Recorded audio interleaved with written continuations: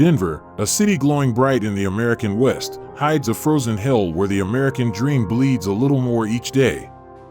Beneath the towering skyscrapers are thousands of lives shivering in the dark, elderly souls trembling inside broken-down cars, children doing homework under bridges, families torn apart over a single rent bill. Cold statistics have become cries of anguish, exposing a system that has abandoned its most vulnerable. This is no longer just Denver's story, it's a warning to all of America. Any one of us could fall into the abyss after a single setback. Join us in shining a light on this truth. Don't forget to like, share, and subscribe to the channel so together we can speak up for those who have been forgotten. Number 1. The American Dream bleeds in Denver. The American dream, once praised as a guiding light for millions, is now bleeding in the very heart of Denver. A city that should have been a place of opportunity has instead become a place where the elderly shiver in cold cars, children sleep beneath bridges, and families are torn apart by a single eviction notice. The brightly lit streets cannot hide the shadows of people huddled in the night, where the sound of the wind drowns out the muffled cries of children asking their parents, "When will I have my own room?" Denver still boasts its skyscrapers and bustling districts, yet beneath them sprawl makeshift tent camps, proof of a dream already stained. Workers labor 2, even 3 jobs, but still find themselves cast out at month's end by soaring rents.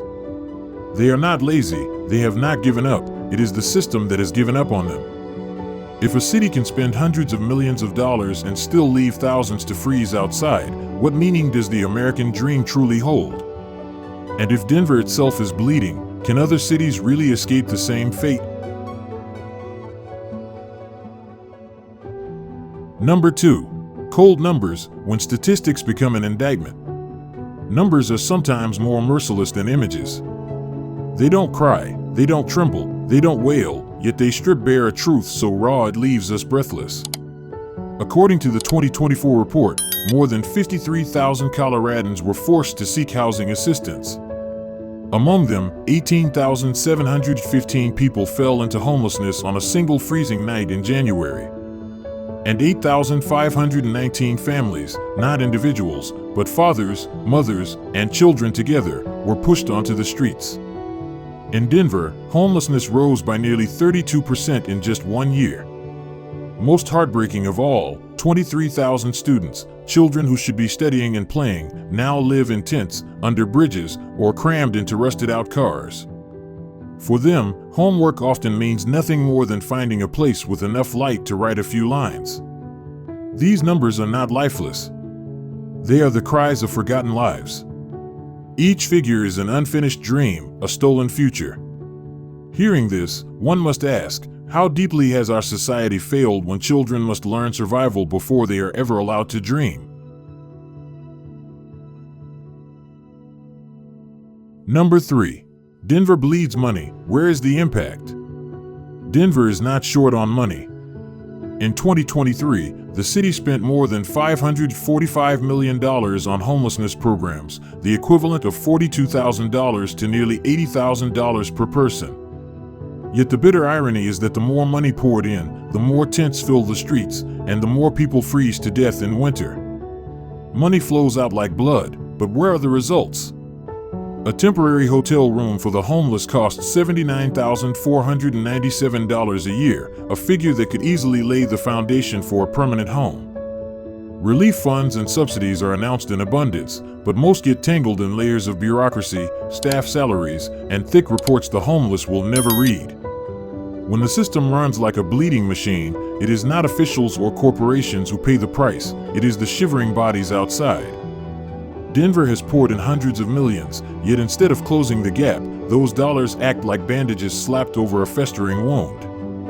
The question cannot be avoided: if $500 million still cannot save the people right in front of us, is Denver buying solutions or buying illusions? Hit like and subscribe so we have the strength to keep telling these painful but necessary stories. Number 4. When solutions become patchwork. Denver boasts of its so-called solutions to homelessness as if stitching together a torn coat with scraps of cloth.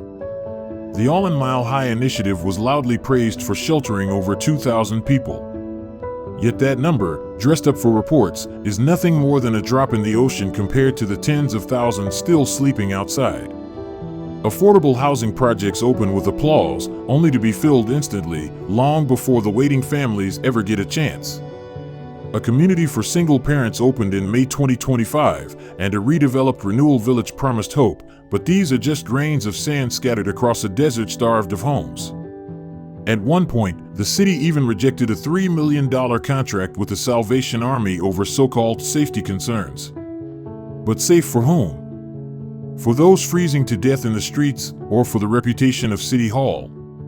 In its place came promises of monthly inspections and staff training, measures that sound responsible but are nothing more than tiny patches on a sinking ship. Patchwork solutions save no one. A city cannot cover a gaping wound with a few strips of gauze. Number 5. The elderly, the forgotten victims. In Denver's bleak portrait, no one suffers more than the silver-haired.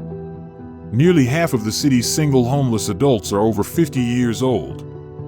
They once worked their whole lives, paid taxes, raised children, contributed to society. Yet at the age when they should finally rest, they are forced to curl up in parking lots, clutching a torn blanket, listening to the wind howl where lullabies should have been. With an average Social Security income of just $1,500 a month, they must choose between paying rent or buying medicine for heart disease and diabetes. Either choice means abandoning the other. Every year, hundreds of Denver's elderly collapse not from age, but from cold, from hunger, from the absence of a roof to protect them. Studies show that homeless adults over 50 face a 60% higher risk of death, and their mortality rate is 80% higher than peers with housing. The greatest tragedy is isolation. Many have lost spouses, been abandoned by children, left with no one to lean on. Forgotten by society, neglected by the system, they fade away in silence. Each wrinkle carved into their faces is not just a mark of time, but an indictment of a city's failure. If even our mothers, our fathers, our grandparents, the very people who built the foundations of this society, are left to freeze to death on the streets, then who among us is truly safe? Number 6. Families, children, and other vulnerable groups. In Denver's darkness, the tragedy of families and children bleeds like an open wound. In 2024, 23,000 students across Colorado were classified as homeless. Children who should have grown up in warm homes now study under streetlights, sleep curled up in old cars, or huddle in flimsy tents pitched by the roadside. The laughter of childhood has been replaced by coughs from the cold and the sound of empty stomachs groaning through the night. Immigrant families who carried hopes of a better life are crushed beneath skyrocketing rents. A modest apartment demands 2 or 3 times the income they earn, pushing entire families onto the streets after a single eviction notice. The single mother works herself to exhaustion until she no longer has the strength to hold her child close. The father who loses his job in an accident sees his whole family plunged into homelessness in the blink of an eye. Victims of domestic violence escape nightmares behind closed doors, only to step into another on Denver's frozen streets. LGBTQ+ youth cast out by their families and young adults aging out of foster care with no safety net are all swept into the spiral of despair. In Denver today, families are no longer safe havens, children no longer have childhoods, and the most vulnerable lives are swallowed by silence. This is not just a loss, it is a collective tragedy where an entire generation is having its future stolen in plain sight. Number 7. The root cause, not just individual, but systemic. People often look at someone homeless and hurl accusations, lazy, addicted, lacking willpower. But the truth in Denver is far more brutal. Homelessness is not an individual tragedy, but the product of a system rotting at its core. Rents climb 8% every year, while the minimum wage stagnates at $14 an hour, a far cry from the $35.84 an hour needed to afford a modest 2-bedroom apartment. This chasm has created a permanent class of the working poor, people employed full-time yet forever locked out of housing. Affordable housing is nearly extinct, only 34 units for every 100 low-income households. Even among families eligible for government assistance, only 25% actually receive vouchers.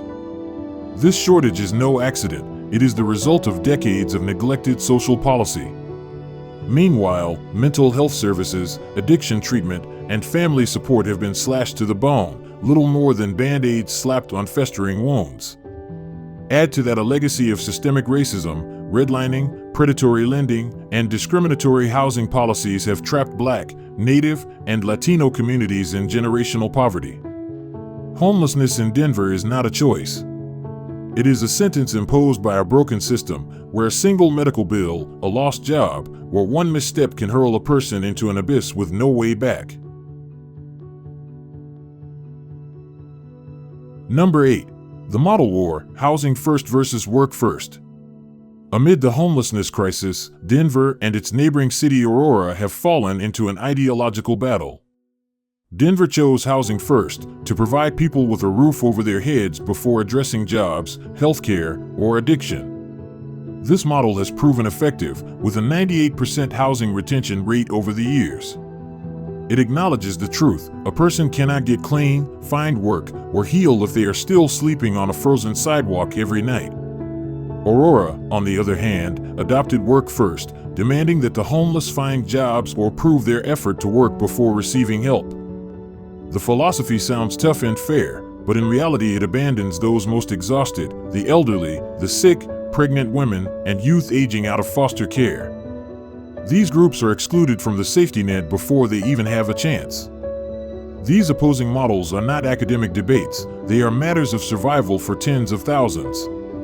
While Denver has shown that housing first can lift an entire generation of veterans out of homelessness, Aurora clings to a policy that shifts responsibility onto the shoulders of the weakest. This battle produces no winners, only more victims. When one city chooses compassion and another chooses cruelty, the streets themselves bear the consequences: people adrift, without homes, without jobs, and without hope. Number 9. A grim future without action. If Denver continues to patch and stall today, tomorrow the city will face a nightmare with no escape.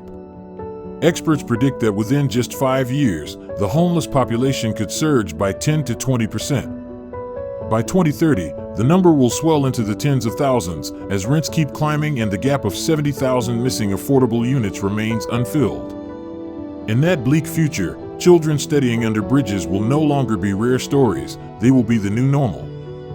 Elderly people surviving on Social Security will continue to collapse on winter streets before they can even collect another meager monthly check. Immigrant families will sink deeper into despair, abandoning an American dream that never had the chance to bloom. A city that spends hundreds of millions every year yet still leaves its citizens to freeze outdoors will not only lose public trust, it will brand itself as a national failure. Denver risks becoming a mirror of a fractured America, wealthy, wasteful, yet powerless against the erasure of the poor from the map of human dignity. Without decisive action, Denver's future will not simply be grim, it will serve as a death sentence for the American dream at the very heart of America. Number 10. Denver's Hidden Hell. Denver, a city once celebrated for its glowing skyline and vibrant pace of life, now carries within it a hidden hell. Beneath the dazzling lights of downtown, thousands huddle in darkness, trapped in cold, hunger, and despair. They are not lazy, not nameless shadows, but parents, grandparents, and children, people who once believed in the American dream. Yet in Denver, that dream has turned to ashes. Over $500 million a year is not enough to buy even a single peaceful night for the elderly sleeping in broken-down cars. Projects trumpeted in headlines cannot replace a real home for the child doing homework under a bridge. And while money continues to bleed out, the poor still freeze to death, in silence, and cruelty. Today, Denver stands as an indictment of an America allowing its dream to bleed away. But this tragedy is not destiny. It can change if housing is recognized as a human right, not a luxury, if policy is built on dignity, not just budgets. This hell does not have to last forever. The only question that remains, will we allow it to keep burying thousands of lives, or will we find the courage to make Denver and America a place where no one is left out in the cold?